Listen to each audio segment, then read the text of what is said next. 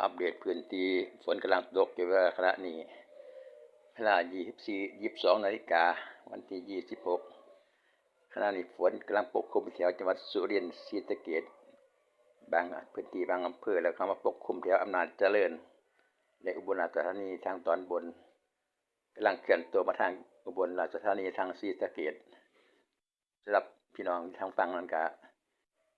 เตรียมรับฝนหนักพี่น้องอาจจะมีพายุลมกระโชกแห้งก็ได้เด้อ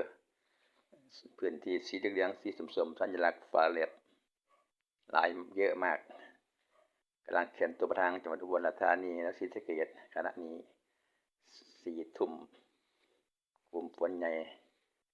ปกคลุมแถวจังหวัดสุรินทร์บางอำเภอทางศรีสะเกษเคลื่อนตัวมาทางทิศตะวันออกเฉียงใต้ปกคลุมแถวอำนาจเจริญศรีสะเกษบางอำเภอแล้วก็มาเข้ากำลังเข้าสังอุบลราชธานีอาจจะมาหอนหรืออาจจะหลายตัวก่อนก็ได้สำหรับพากลุ่มฝนกลุ่มนี้เนาะเป็นกลุ่มฝนที่ใหญ่พอสมควรสำหรับท่านที่ปกคลุมแถวอำนาจเจริญศรีสะเกษสุรินทร์กำลังเข้ามาทางอุบลราชธานีอัปเดตสถานการณ์ล่าสุดของกลุ่มฝนวันที่26